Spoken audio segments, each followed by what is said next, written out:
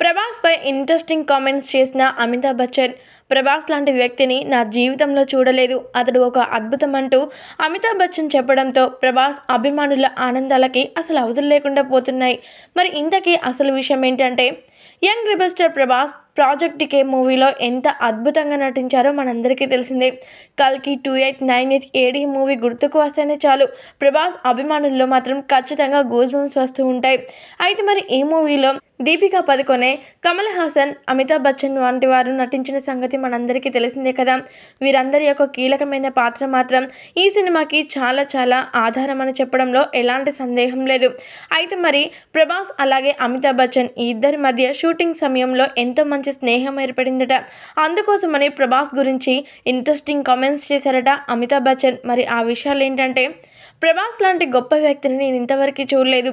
తను మాత్రం షూటింగ్లో ప్రతి ఒక్కరిని కూడా ఎంతో ప్రేమగా పలకరించడం, ప్రతి ఒక్కరితో ఎంతో సరదాగా ఉండడం నాకు చాలా బాగా నచ్చింది.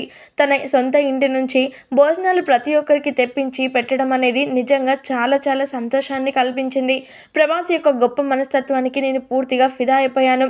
ఆయన ఎప్పుడు చూసినా కానీ 10 మందికి సేవ చేయాలనే ఆలోచనలో, అలాగే తన అభిమానులకి ఎప్పటికప్పుడు ఎంటర్టైన్మెంట్ చేయాలనే ఆలోచనలో మాత్రమే ఉంటారు. ప్రభాస్ ఒక అద్భుతం అంటూ మరి అమితాబ్ బచ్చన్ ఇలా ప్రభాస్ గురించి చెప్పడంతో ఈ విషయాలు విన్నటువంటి ప్రభాస్ అభిమానులందరూ కూడా చాలా సంతోషాలు వ్యక్తపరుస్తూ ఉన్నారట.